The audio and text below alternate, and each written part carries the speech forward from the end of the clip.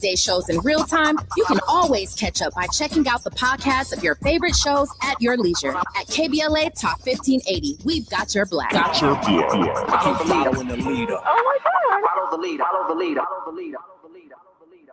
The blackness. Keep on. Never say die. Keep on. Blackness. Keep on. Never say die. Keep on. Blackness. Never say die. Never say die. Keep on. Never say die. Blackness. Never say die. All of this. In the midst of sorrow, you can see up and looking down. A brighter day tomorrow will bring. Oh, you hear the voice of reason telling you this can never be done. No matter how hard reality seems, just hold on to your dreams, yeah. You are listening to and streaming A More Perfect Union on KBLA Talk 1580. I'm Dr. Nii-Quartelai Quartey, your host and White House correspondent. Not in Washington today, but in cold, dreary, windy, rainy LA. Look, for all those who say it never rains in Southern California, look outside your window. I'm in touch, so you be in touch. Follow me on all the socials at Dr. Nii-Quartelai. Just type in Dr. Nii-Q, DRNIIQ, and there I am, fresh for you to follow. Also, be sure to download the KBLA app if you haven't already. That way, you'll always carry us with you anywhere and everywhere you go. Last but not least, subscribe to A More Perfect Union podcast. Also, subscribe to our YouTube channel, our KBLA YouTube channel. That way, you don't just get to hear us, but you get to see us. And be sure you subscribe and you share because that is what we do around here. Sharing is caring. Now, speaking of sharing is caring, I just want to share a quick note in the spirit of the community calendar that I like to keep. Yeah, did y'all know that? I like to keep a community calendar handy because there are so many events that I like to attend, and there are events that I think we should support. One of which is taking place not far from our home station. It's the LA Book Launch, an evening with Charlie Lewis and Nathan Hale Williams. It'll be taking place in LA. And so be there, be square. It'll specifically be in Leimert Park on Wednesday, February 25th from 6 to 8 p.m. You might remember that we had both Charlie and Nathan right here on A More Perfect Union not too long ago. It's a great book. The book, again, is called No Apologies, Love the Way You Live at Any Age. And Charlie's going to share insights from this powerful book about living boldly, living with intention and joy at every stage of life. You'll hear his personal journey and some practical strategies for embracing purpose and fulfillment. Who doesn't want to embrace purpose and fulfillment? And so don't miss that dynamic duo. You can go to charlielewisnyc.com for more information. Again, that's charlielewisnyc.com. All right. Moving along, it is time for you to decide the good, bad, and ugly headlines of the day. And kicking us off, in the first hour, I was talking about how these little used ICE agreements with local police departments are exploding across the country under Trump. Well, keeping our eye on ICE, the Guardian is reporting that ICE's reliance on Microsoft technology, how it surged amid the immigration crackdown. That's according to some documents that they found. ICE deepened its reliance on Microsoft's cloud technology last year as the agency ramped up arrests and deportation operations, according to some leaked documents. ICE more than tripled. You hear me? They more than tripled the amount of data it stored in Microsoft's Azure cloud platform in the 6 months leading up to January 2026, a period in which the agency's budget swelled and its workforce rapidly expanded. ICE appears to be using a range of Microsoft productivity tools as well as AI-driven products to search and to analyze the data it holds in Azure, this cloud technology. Files suggest that some of the agency's own tools and systems may also be running on Microsoft servers. Look, in July, ICE received $75 billion, a $75 billion budget increase, making it the highest funded U.S. law enforcement body. And with this unprecedented increase in funds, the agency has embarked on a spending spree. And so we can't be surprised that that spending spree includes technology. It includes awarding contracts to large firms and some lesser known providers, right? And so, look, it seems the people at Microsoft said, that's a contract and we want it. We want it by any means necessary. And so, we all get to decide what we're going to do with that information. We get to decide what we're going to do as customers of Microsoft. We get to decide. And I don't know a lot of Microsoft Word competitors out there. With as much writing as I do and as many Microsoft programs as I use, get in a More Perfect group chat and let me know if there are alternative programs that people are using. Because look, life is about choices.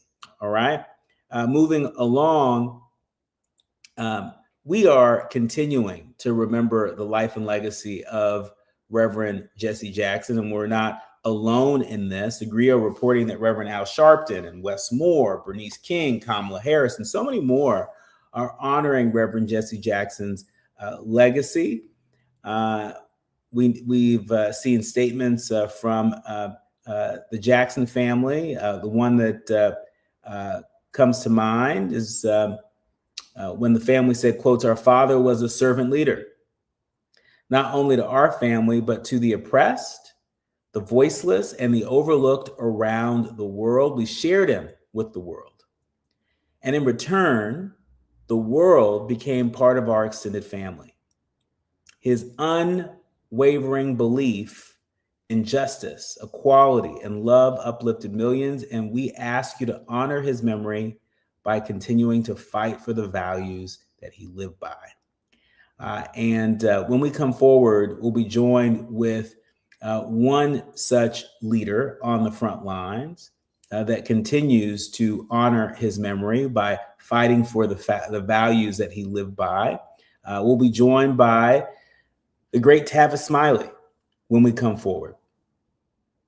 You're listening to and streaming A More Perfect Union on KBLA Talk 1580. More when we come forward.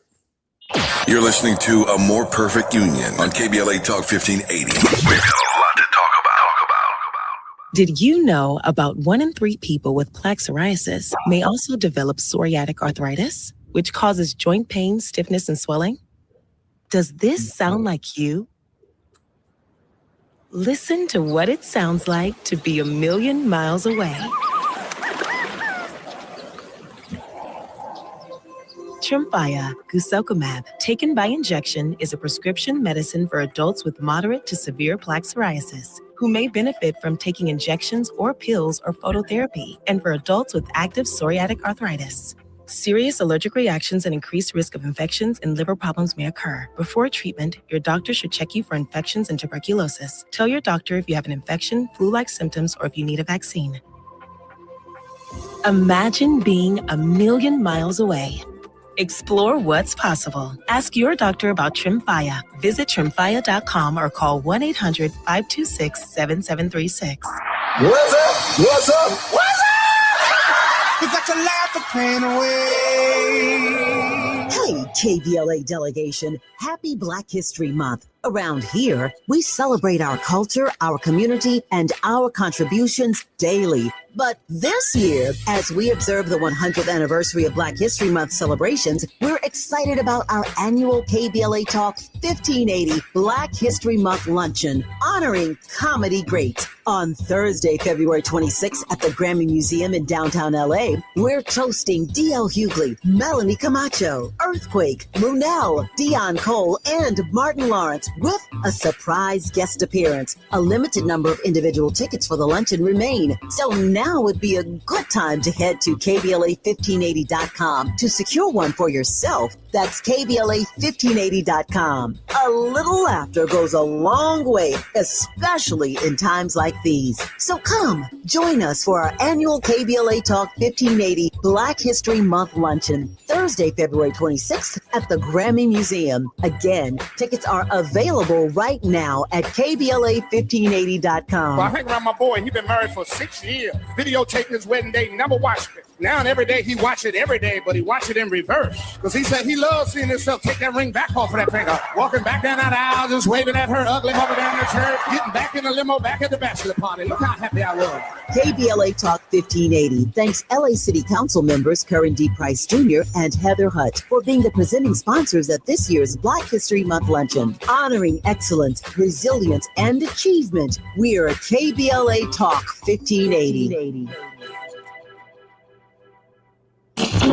We have no permanent friends or permanent enemies.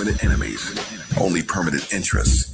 As we effort to build a more perfect union. You are listening to and streaming A More Perfect Union on KBLA Talk 1580. I'm Dr. Nii-Quartelai Quartey. I'm really delighted to be in conversation with Tavis Smiley. Tavis Smiley is here with us, and we are remembering the life and the legacy of Reverend Jesse Jackson.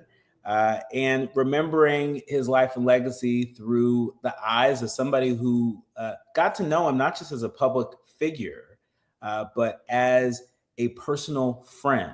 Tavis, how are you remembering the life and legacy of Reverend Jackson today? I'm not going to lie, Nii-Quartelai. First of all, thanks for having me on your program. It has been a long and tough day. My eyes may be a little red right about now. One, because I received a phone call from the family at just after midnight, close to 1 a.m. LA time. So I was awakened. I'm grateful for the phone call that came from the family to let me know he had just made his transition. But it woke me up out of my sleep. And of course, as you know, hosting a show every day, our 3-hour show today was already planned and locked and loaded. And so starting at 1:30, 2 o'clock this morning, we had to reboot our entire show because I thought that Jesse Jackson had earned all 3 hours of our show today focused on him, on his life, his legacy, his work, and his witness, his grand contributions. And so I didn't get any sleep last night, just working with my team to reboot our show for today. And it turned out to be a great show. We closed our show today after 3 hours talking to Jesse Jackson Jr., and got some of his own reflections on the day that he lost his father. He was very kind to come on and to share with us. So it's been a long, difficult day. I've had a number of moments where I've shed tears. At one point, broke down on my own show today in conversation with Dr. West as we reflected again on the amazing contributions that Jesse Jackson has made to this country politically, economically, socially, culturally, morally, and beyond. So I'm not gonna lie, it's been a tough day. I'm one of those persons who've always loved older people. And since I don't want to be called old, let me just say chronologically gifted. Those persons who are chronologically gifted, I tend to like. There's a downside to having a bunch of friends who are significantly older than you, is that you start losing them. And whether it's Harry Belafonte or Sidney Poitier or Quincy Jones or Clarence Avon or Jesse Jackson or others I could name, I've had a lot of friends who are, again, older than I, but I love being around them because I love tapping into their wisdom, to their expertise, to their journey, their storytelling. And so it is the case that when these persons start to make their transition, I'm not just losing people I have known or interviewed, but friends of mine. And I certainly would count Reverend Jackson as a friend. Yeah. I want to go back to something you said earlier, Tavis, referencing your conversation with Dr. Cornel West this morning. I was listening, and I want to pick up where you all left off, because you called attention to a New York Times article that was published today that has raised some eyebrows in terms of how they have framed the life and legacy of Reverend Jesse Jackson. And, you know, there are a lot of folks who may think about the 1984 Democratic Convention speech, or they'll think about the 1988 convention speech. But as I was talking with my guest in the first hour, Reverend Jackson's legacy is so much bigger than that. And I really appreciated the nuance that you and Dr. West got into this morning, where you shifted the attention towards his movement building legacy. Can you break that thing down for us? Sure. Give us the cliff notes of what you talked about this morning with Dr. West. So in short order, the New York Times obit is what you're referencing, and it came out rather quickly after the family confirmed his passing. And you know how this works. You're a journalist. They write these obits far in advance, particularly when they know that you are doing that dance with mortality. And so this obit was written some time ago. But the way they tried to frame Reverend Jackson is by saying essentially that he was too late to become a significant civil rights hero because Dr. King already occupied that space. So he was too late for that. But he was also too early to become Barack Obama-esque. His campaigns are in 84 and 88. Obama gets elected in 2008. So he's too late on the one hand and too early on the other hand. And that is the way that the Times obit tried to frame him, as caught in this time warp, if you will, between King and Obama. And on its surface, that can be seen as reductionist, that you're caught between these polars and that you are defined by King on the one hand and Obama on the other hand. And I don't think that it's fair to Jesse Jackson to put him in a situation where he's defined by either of those two persons. Indeed, Jesse had a gift and a skill that Dr. King didn't have. Dr. King is one of the greatest orators that ever lived. But Dr. King didn't have the gift that Jesse had of what I would call being a poetic interpreter. You'll recall when Barack Obama got the nomination the second time, Bill Clinton had given a great speech the night before. And he said that Bill Clinton is something else. I think we should give him a title, the explainer in chief. You recall that night? Barack Obama referred to Bill Clinton as the explainer in chief because Clinton is really good at explaining things. Well, on our side of town, on the chocolate side of town, Jesse Jackson is our poetic interpreter. And I don't know anybody in the history of this republic, in the Black community, who has ever been better at interpreting, at explaining in the kind of poetry and prose that Jesse Jackson did repeatedly over decades, the plight of his people. Nobody did it better than Jesse Louis Jackson Sr. And so he had a gift that King didn't have. And on the other hand, he had a gift that Obama didn't have. Obama, is, a good leader, obviously a history-making icon in this country. But he didn't have the gift of communication that Jesse Jackson had. That gift of interpretation I just talked about, Obama does not possess. The kind of connection that Jesse made with Black roots is something that Obama, did not have. So they're different. And so I wouldn't want my career, my work and my witness to be defined by my relationship with two other people. And so Doc and I got into a dialogue about whether or not it was fair and just and righteous of the Times to try to put Jesse in that box. You ain't King on the one hand, you were too late for that, and you ain't Obama on the other hand. But what about what I did do? What about the contributions that I did make? And this ain't nothing new for us. I've lived long enough now, speaking of being chronologically gifted, I've lived long enough now to see the good white folk do this time and time again. And the sad part about it is these are white liberals who are writing these pieces in the New York Times. And yet they have this penchant too often for being reductionist in how they see Black life. So I've just come to conclude that while I don't cast aspersion on everybody white in media spaces, there is this difficulty that some of our white colleagues have in wrestling with, in respecting the dignity and the humanity of every individual African American. It's as if we always have to be compared, contrasted to somebody else, and not allowed to be seen for the contributions that we made, born of the gifts that God blessed us with, if any of that makes sense to you.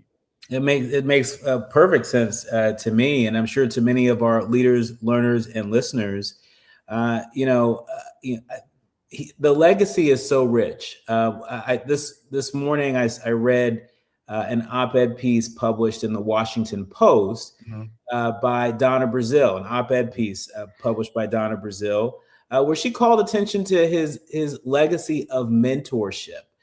Tell us something that we don't know about Reverend Jesse Jackson, the mentor.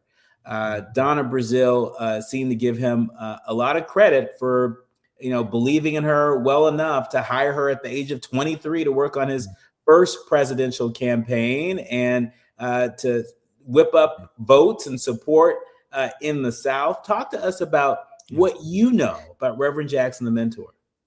2 or 3 things very quickly. Number one, it's clear to anybody who has followed his career that he loved young people. He was energized by being around young people. That's why there's so much footage of Jesse at high schools and junior high schools all across this country, teaching those young people that chant, I am somebody. I may be Black, but I am somebody. I may be poor, but I am somebody. I may be on welfare, but I am somebody. He loved going to high schools. He loved spending time with young people. That energized him. So there are a lot of young people who have stories today of an interaction they once had with Reverend Jackson because he admired and again took something powerful away from being around young people. Indeed, he had 5 kids of his own, but he loved being around young people. Number one, he would invest in them, never shied away from that. Secondly, nobody, again, to my mind, has ever had the political coattails that Jesse Jackson Sr. had. He runs in 84, he's got coattails. He runs in 88, he's got coattails. This is not about demonizing or casting aspersion on Barack Obama, but you can't show me a whole bunch of Negroes who got elected to high office because of Barack Obama's campaigns in 2008 or 2012. Jesse had coattails, and there are Black elected officials all across this country who owe their election to Jesse Jackson. Jesse embraced them. Jesse campaigned for them. Jesse raised money for them. I'm talking Harold Washington in Chicago. I'm talking David Dinkins in New York City and a bunch of other names that you might not be familiar with. But in states all across this country, Jesse's coattails got African Americans elected. And there are a lot of folk who remember him for giving them an opportunity to be elected to high office and to love and to serve our people as he did. Finally, on a personal level, I had the honor as a kid of working on Jesse's 84 and 88 campaign. I was on the advance team. And so I learned so much about what it means to be on an advance team because I had the opportunity to work for Jesse Jackson. And he never, ever blew me off. If I had a question, wanted some time with him, he would always give me that time, put his arm around me. I'd ride in the car with him, whatever it took. Jesse Jackson would spend time with me, and I wasn't Tavis Smiley at this point. I was just a kid working on the campaign on the advance team. So lo and behold, my career starts to unfold years later, and he always, of course, was welcome in my spaces and would always show up on my radio or television programs to talk to me. But that started with me being a kid hanging around on the 84 and 88 campaign. But he was, in many ways, in many respects, for me, one of the many mentors that I've had the honor to be around. And I try to take a little bit from all of them. Tavis, in our remaining minutes, I want to ask you how you think some of the leaders of our time, people that are thinking about a world after Trump, and what that world looks like, what those possibilities look like, how our values endure, where would you direct them first? If you're giving them a little bit of homework, Professor Tavis, a little bit of homework, what would you have them study? Leaders that are intent on leading the future. Yeah, I would say three things right quick. Number one, Jesse Jackson taught us repeatedly that we are sitting under the shade of trees that we did not plant. We sit in the shade, but we didn't plant these trees. We are part of a continuum. Jesse understood that, taking the baton from Martin King, from Paul Ropes and others. And we have to understand that in real time, that we are part of a continuum. And we're sitting in the shade of trees that we didn't plant. Number one. Number two, we're in Black History Month. How ironic that Jesse transitions in Black History Month. He is a part of Black history. There is no Black history to celebrate today if somebody hadn't done something yesterday. And there is no history to celebrate tomorrow if we don't do something today. So the call is upon us to continue to build upon this grand legacy that Jesse Jackson and our other ancestors have bequeathed to us. Number three, Jesse had ups and downs all in his career, but I can hear him in my ear right now. I can hear him in my head right now saying to me so many times, Tavis, the ground is no place for a champion. The ground is no place for a champion. When you get knocked down, you get back up and you continue loving and serving your people. And finally, optimism and hope are not the same thing. Jesse didn't say keep optimism alive. He said keep hope alive. You don't have to have evidence that gives you reason to believe that things are going to get better for us. We've never lived on Optimism Boulevard. We live on Hope Street. And that word hope is very critical to understand why he said keep hope alive. Even when you don't have evidence to give you reason to believe that you can build a life that is meaningful, we hope anyway. And the Bible I read finally says that faith is the substance of things hoped for, the evidence of things not seen. And that's why Jesse says to all of us now and forevermore, keep hope alive. And we shall. Our thanks to the great Tavis Smiley for stopping by to remember the life and legacy of Reverend Jesse Jackson. When we come forward, we're going to be playing a portion of Reverend Jackson's 1988 Democratic Convention speech. It's one for the ages. You're listening to and streaming A More Perfect Union on KBLA Talk 1580. The audience is listening. Thought-provoking, eye-opening, heart-rendering. This is where authentic voices meet powerful discussions on culture, community, and change. This is where Black voices matter. He's breaking boundaries, amplifying diverse perspectives, and tackling the issues that matter most to you. You're inside A More Perfect Union with Dr. Nii-Quartelai Quartey on KBLA Talk 1580. I'm Amber Payton with BIN News Now. Civil rights leader Andrew Young is remembering his longtime friend, Reverend Jesse Jackson, who died at 84. We became really good friends. The problem was I wanted to be a friend, and he really was looking for a father or a big brother. Young called Jackson an anxious soul who was always seeking purpose. Both men worked closely with Dr. Martin Luther King Jr. and were in Memphis when he was assassinated in 1968. Former Vice President Kamala Harris is also honoring Reverend Jesse Jackson. Harris called him one of America's greatest patriots, saying he dedicated his life to fulfilling the promise of America. And an 18-year-old man is in custody after running toward the U.S. Capitol with a loaded shotgun. Police say he was wearing a tactical vest and gloves and had parked his SUV nearby. A motive is currently unknown. Get BIN News Now on demand 24/7 on the iHeartRadio app. Tahunga 210 westbound coming up on Latuna Canyon Road. A wreck has been cleared to the right. Looks like it was blocking the right lanes, but these guys should be off to the right shoulder now. We are seeing some pretty heavy traffic out of La Cañada getting away from Angeles Crest Highway. The eastbound side of the 210 slows in Pasadena from about Mountain, delays ahead towards Sierra Madre, and then you're heavy in Monrovia from Huntington Drive and stretches towards Citrus. Slowing right now along that 91. This is eastbound in Anaheim Hills. Delays from Weir Canyon to Green River. When you joining me on air? Delays from the 91 to El Cerrito Road where they're wrapping up a wreck. Escape the confines of the city for the expansive beauty of the Santa Ynez Valley with a short 2-hour drive up the coast. The Chumash Casino Resort for your destination getaway. Welcome to freedom. Go to ChumashCasino.com. Gambling problem? Call 1-800-GAMBLER. This is the KBLA Sports Minute with Ray Richardson.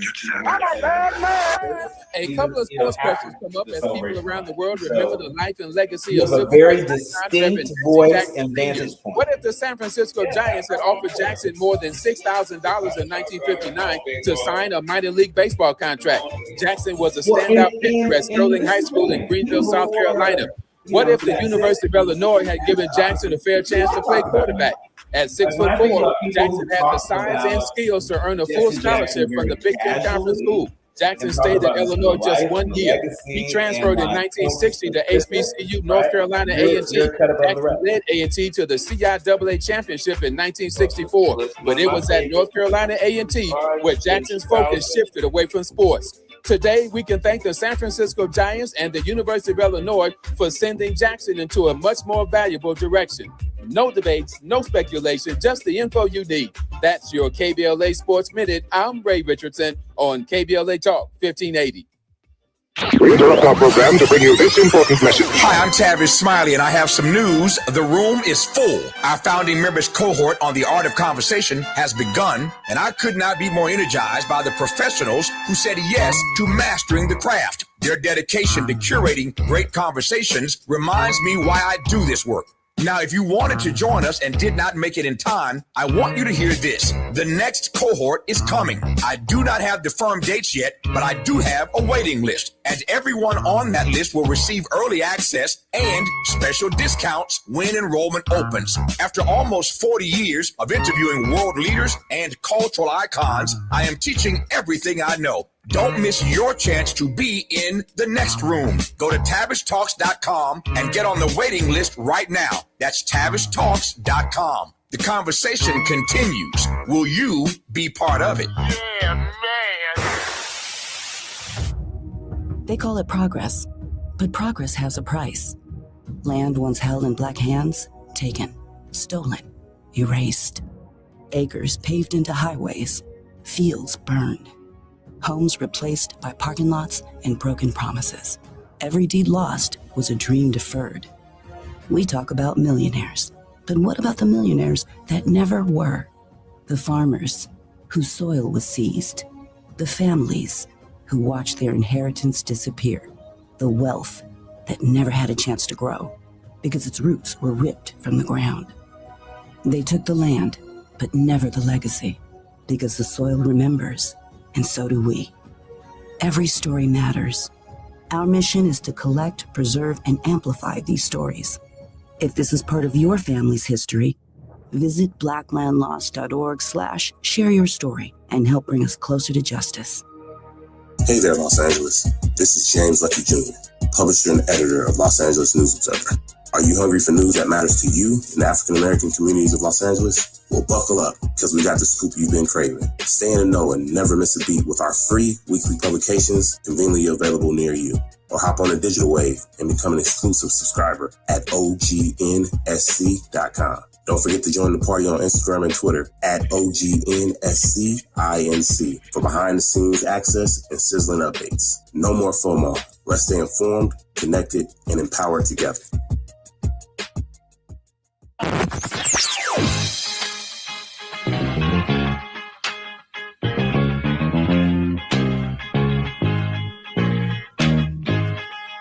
This is KBLA Talk 1580. Talk radio. That's music to your ears.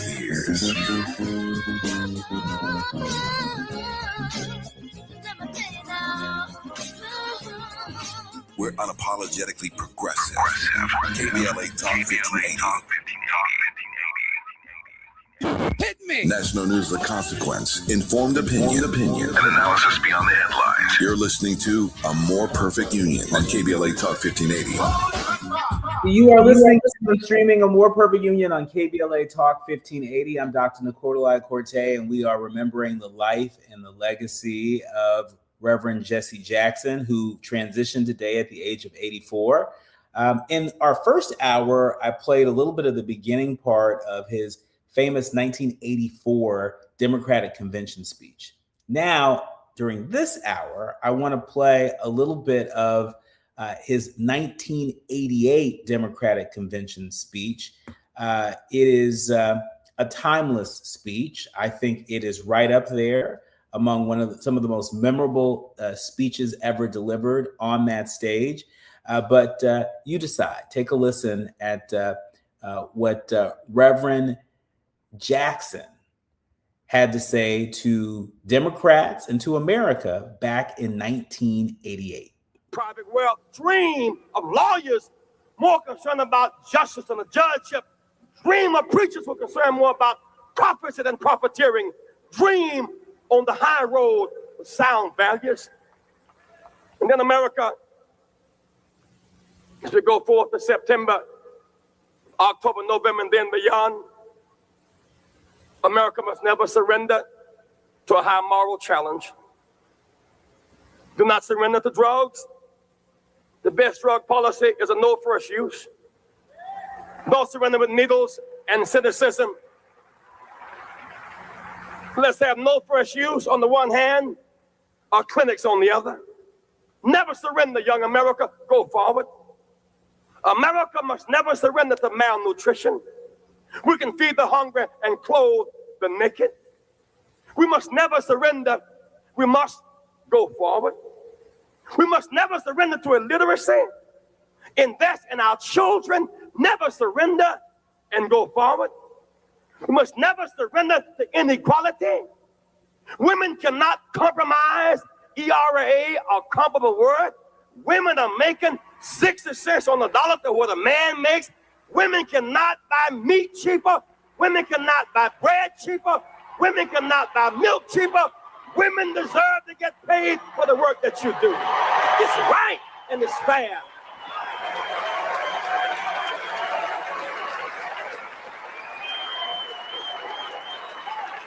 Don't surrender, my friends.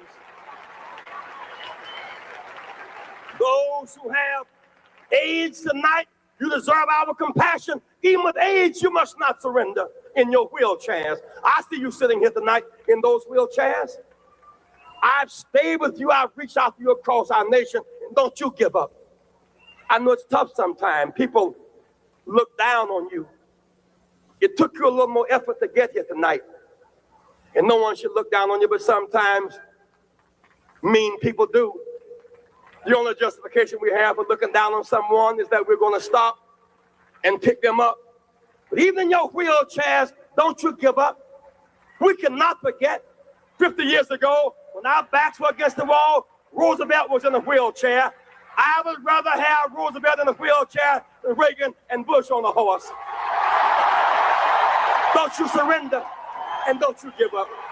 Don't surrender and don't give up.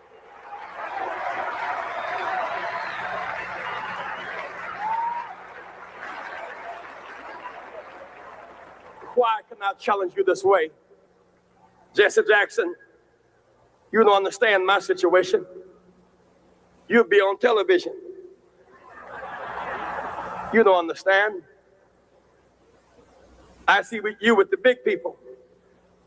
You don't understand my situation. I understand. You see me on TV, but you don't know the me that makes me me. They wonder why does Jesse run? Because they see me running for the White House. They don't see the house I'm running from. I have a story.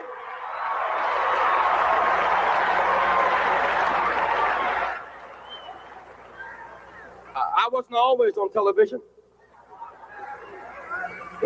Writers were not always outside my door. When I was born late one afternoon, October 8th, in Greenville, South Carolina, no writers asked my mother her name. Nobody chose to write down our address. A mama was not supposed to make it. And I was not supposed to make it. You see, I was born a teenage mother who was born a teenage mother. I understand. I know abandonment and people being mean to you and saying you're nothing and nobody and can never be anything. I understand. Jesse Jackson, It's my third name. I'm adopted. When I had no name, my grandmother gave me her name. My name was Jesse Burns till I was 12. So I wouldn't have a blank space. She gave me a name to hold me over. I understand when nobody knows your name. I understand when you have no name. I understand. I wasn't born in the hospital. Mama didn't have insurance. I was born in the bed at house. I really do understand. Born in a 3-room house. Bathroom in the backyard. Slop job by the bed. No hot and cold running water. I understand. Wallpaper used for decoration? No. For a windbreaker. I understand. I'm a working person's person. That's why I understand you, whether you're black or white. I understand work. I was not born with a silver spoon in my mouth. I had a shovel programmed for my hand. My mother, a working woman. So many days she went to work early, with runs in her stockings. She knew better, but she rolled runs in her stockings so that my brother and I could have matching socks and not be laughed at school. I understand. At 3 o'clock on Thanksgiving Day, we couldn't eat turkey because Mama was preparing somebody else's turkey at 3 o'clock. We had to play football to entertain ourselves. And then around 6 o'clock, she would get off the Alta Vista bus and we would bring up the leftovers and eat our turkey, leftovers, the caucus, the cranberries, around 8 o'clock at night. I really do understand. Every one of these funny labels they put on you, those of you who are watching this broadcast tonight in the projects, on the corners, I understand. Call you outcast, low down, you can't make it, you're nothing, you're from nobody, subclass, underclass. When you see Jesse Jackson, when my name goes in nomination, your name goes in nomination. I was born in the slum, but the slum was not born in me. And it wasn't born in you, and you can make it. Wherever you are tonight, you can make it. Hold your head high. Stick your chest out. You can make it. It gets dark sometimes, but the morning comes. Don't you surrender. Suffering breeds character. Character breeds faith. In the end, faith will not disappoint. You must not surrender. You may or may not get there, but just know that you are qualified. You hold on and hold out. We must never surrender. America will get better and better. Keep hope alive. Keep hope alive. Keep hope alive on tomorrow night and beyond. Keep hope alive. I love you very much. I love you very much.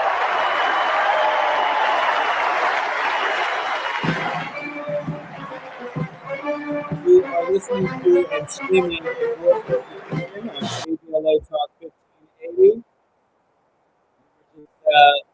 Listening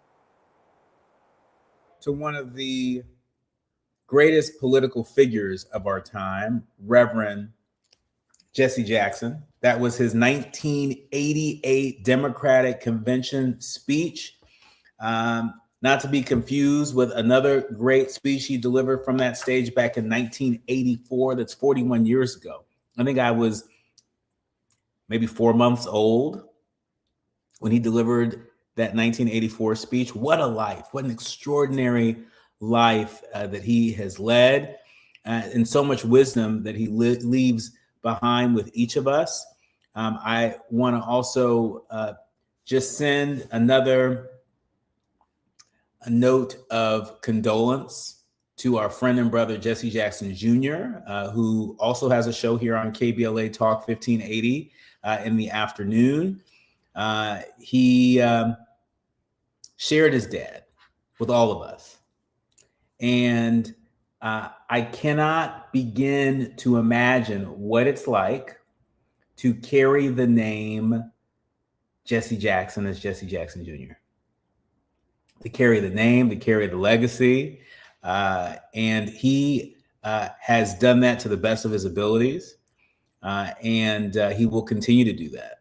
And we're going to continue to love on him and love on the entire Jackson family for loving on America and loving on people of conscience around the world. When we come forward, a personal note from me, it's time for the quiet part out loud as we remember the life and legacy of Jesse Jackson.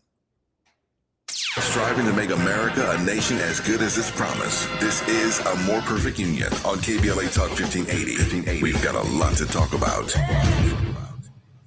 Getting around LA doesn't have to cost a lot. Metro has fares that fit every budget. 20 free rides for qualified riders through the Life Fare program. Free passes for students with GoPass and affordable options for everyone in between. Wherever you're going, Metro's got you covered. Visit metro.net/fare programs.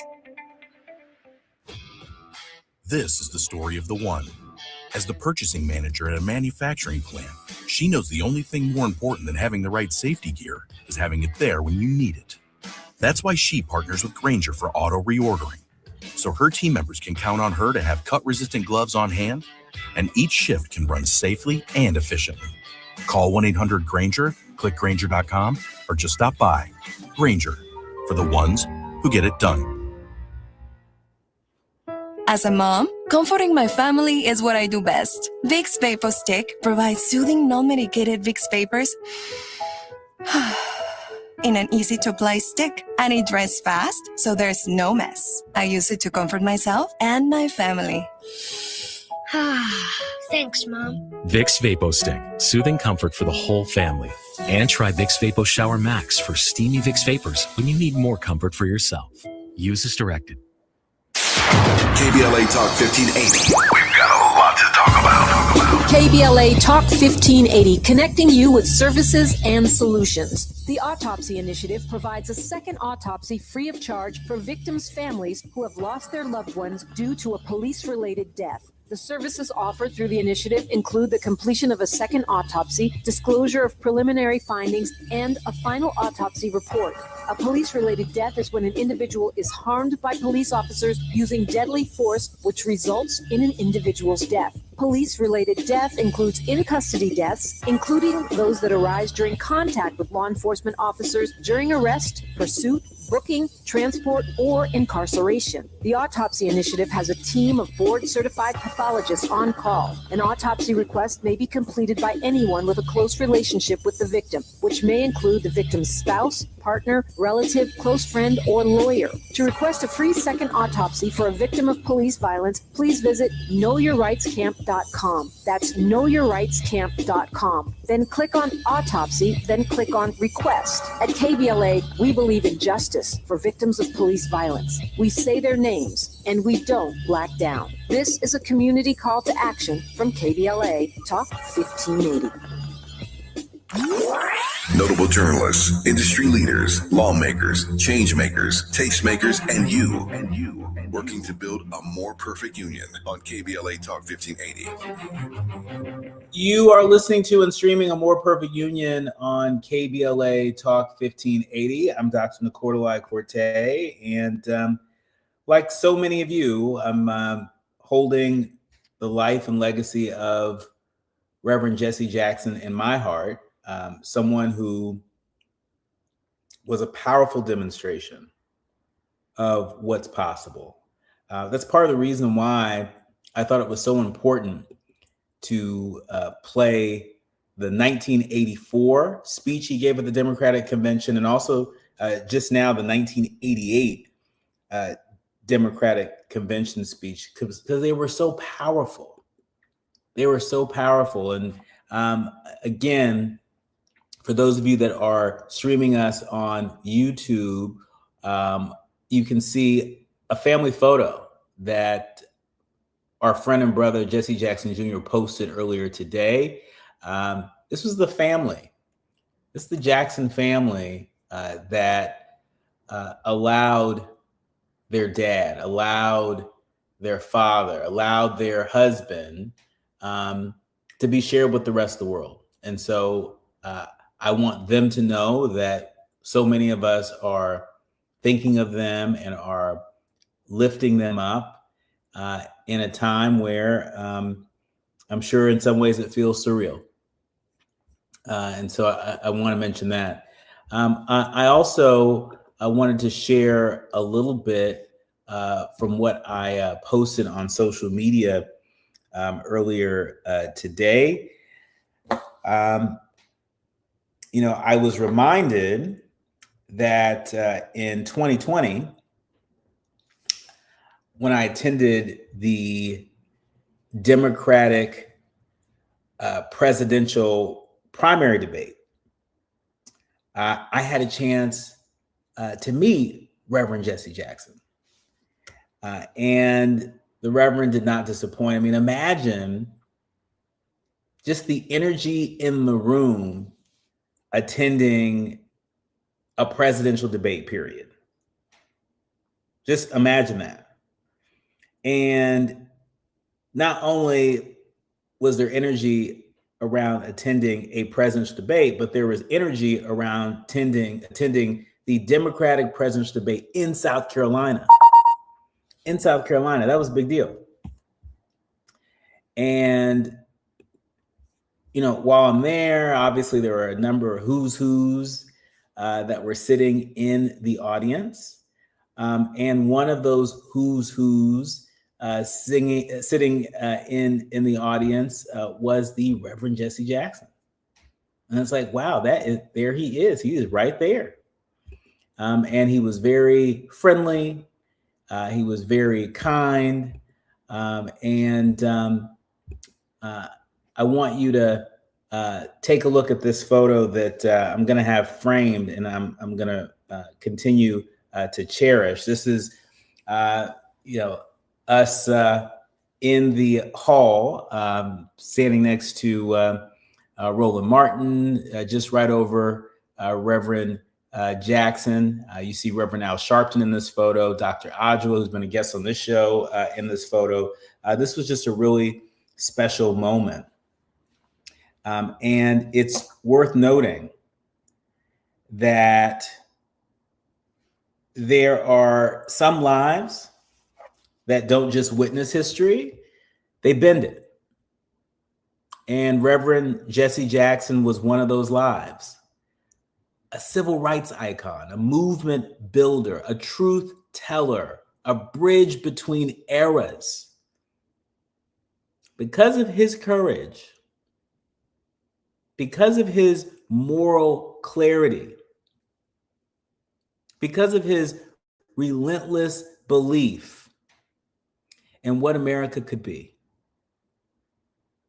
so many of us have been able to imagine bigger dreams for ourselves and our country.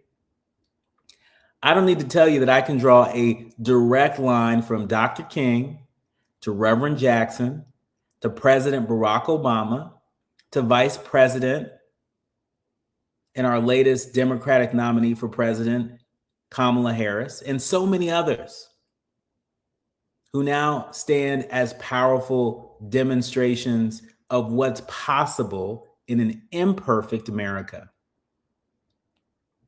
That line is not abstract, it's real, and it's lived, and it's fought for. This photo was taken again at the South Carolina Democratic presidential primary debate in February 2020. Reverend Jackson and everybody photoed here were there when the Democratic candidate, the then Democratic candidate, Joe Biden, pledged to put a Black woman on the U.S. Supreme Court. It was more than a campaign promise. It was the fruit of generations of organizing, of marching, of praying and demanding. And I'm just deeply grateful that Reverend Jackson lived long enough to see President Biden keep that promise and to see history expand once again, because people like him refuse to shrink their vision of justice. May we honor his life not only in remembrance, but in recommitment. To that I say, we shall keep hope alive. Rest well, Reverend Jackson. Your movement lives on in all of us. We're going to have to leave it there. My thanks to the entire village. It helps us produce a more perfect union each and every day, including our executive producer, Tavis Smiley, our sound engineer, Brother Andy, to our show producer, Faraji and Art, and to each and every one of you, all of our leaders, learners, and listeners. You know, we curate the show each and every day with you in mind. In fact, this morning, after I texted Jesse Jackson Jr. my condolences, one of the early calls I made this morning was to my mom, who I reach out to get a snapshot in time from time to time. And it was really special to know that in 1984, when Jesse Jackson was running for president, one of the stops was in the Bay Area at Los Medanos College, where she heard him speak and where she soon after voted for him. And so the impact of Reverend Jackson isn't out there. It's inside my house and probably inside yours as well.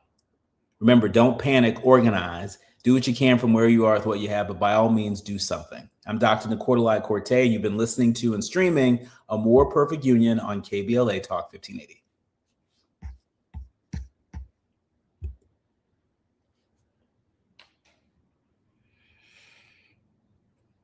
Is seeking to limit access to Fulton County, Georgia voter records following an FBI raid on the county's election.